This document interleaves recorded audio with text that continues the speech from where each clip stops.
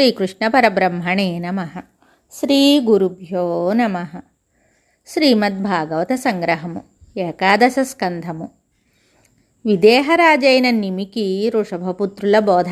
మానవ జన్మ లభించటమే చాలా కష్టం. శ్రీమన్నారాయణుని పాదపద్మాలయందు అనురక్తి కలగడం మరీ కష్టం. ఇంత అమూల్యమైన మానవ జన్మను సద్వినియోగపరుచుకోకుండా సంసార పంకిలంలోనికే చొచ్చుకొని పోతాడు మానవుడు. ఈ సంసార సాగరాన్ని దాటడానికి ఏమైనా మార్గం ఉన్నదా? శాశ్వతమైన శ్రేయస్సు ఎలాగ కలుగుతుంది?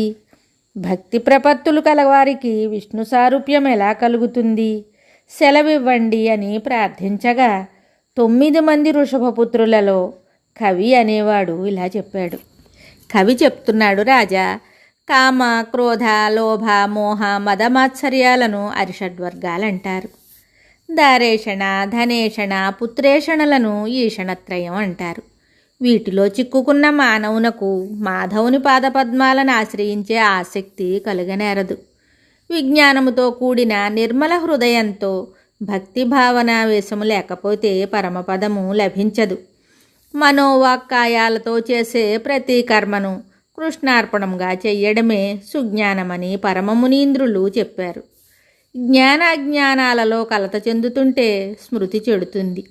కావున సద్గురుదేవుని ఆశ్రయించి బుద్ధిమంతుడు పురుషోత్తముని చిత్తమందు నిలిపి సేవించాలి.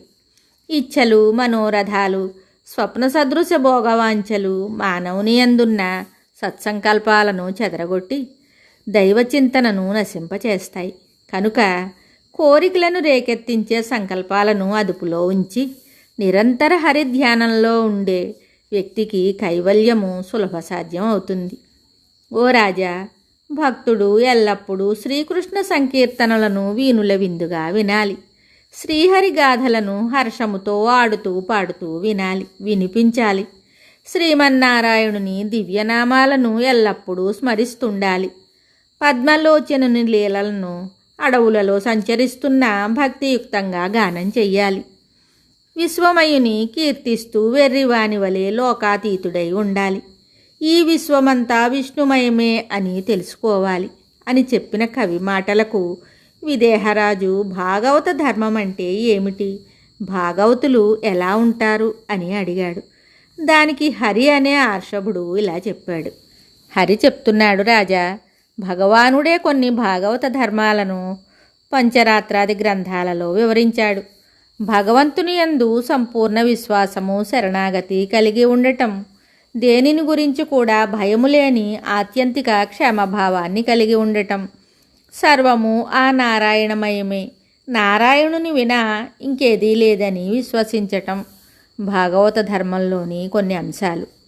తత్వజ్ఞానము, భక్తి, వైరాగ్యము భాగవత ధర్మం వలన కలుగుతాయి. ఉత్తమ భాగవతుడు చతుర్వర్ణాలు, చతురాశ్రమాలు, వాటి ధర్మాలు, వాటి కర్మలు అనువానియందు తగులుకొనక భక్తి మార్గాన్ని ఆశ్రయించి శ్రీహరి తన యందే కాక సమస్త జగత్తు అంతటా నిండి ఉన్నవాడని స్థిర విశ్వాసం కలిగి ఉంటాడు. అతడు ఇతర భక్తులందరి ఎడల మైత్రిని, అల్పజ్ఞుల పట్ల సానుభూతిని, విపరీతపు వ్యక్తుల పట్ల ఉపేక్షను కలిగి ఉంటాడు. పరిపక్వత చెందని భక్తుడు తాను నమ్మిన ఒకే ఒక మూర్తి యందే భగవంతుడున్నట్లును ఇంకెక్కడా లేనట్లును భావిస్తాడు. ఆ మూర్తినే పూజిస్తాడు. భాగవతోత్తముడు ప్రియాప్రియాలయందు మోదాఖేదాలను, రాగద్వేషాలను పొందడు.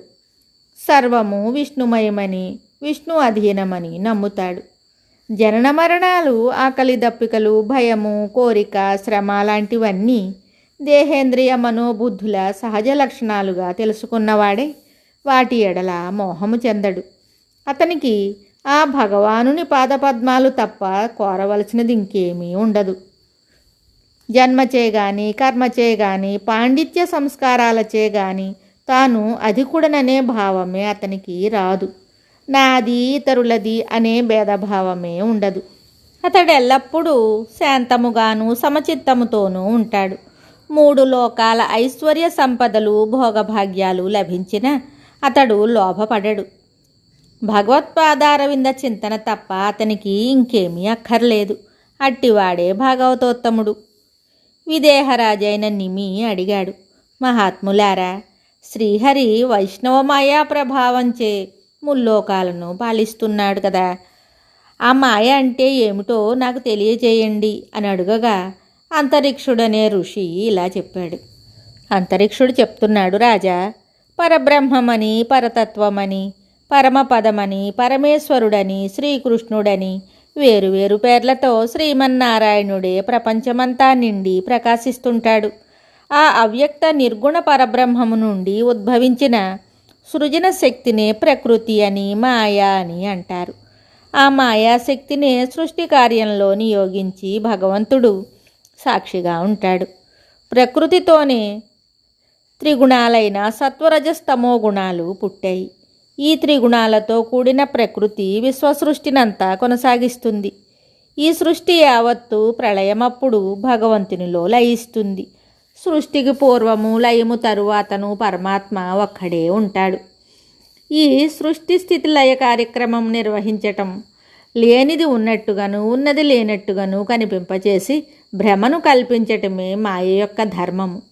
పృథివీ, జలము, అగ్ని, వాయువు, ఆకాశము అనబడే పంచభూతములతోనూ త్రిగుణములతోనూ ఈ సకల చరాచర విశ్వము అందలి వస్తువులు సృష్టింపబడతాయి. పరమాత్మ వాటి యందు జీవుడై ప్రవేశించి వాటిని ప్రవర్తింపజేసి కర్మలు చేయించి కర్మఫలాలను అనుభవింపజేసి చివరకు జీవులను కర్మబంధాల నుండి విముక్తులను చేసి తనలో చేర్చుకుంటాడు. పరమేశ్వరుడు జీవుడై పంచభూతాలతో ఏర్పడిన దేహాలలో ప్రవేశించి దశేంద్రియ మనోబుద్ధులతో విషయాలను అనుభవించి కర్మలతోనూ కర్మఫలాలతోనూ సంగము పెంచుకొని కర్మబద్ధుడై జనన మరణ చక్రంలో తిరుగుతూ ఉంటాడు.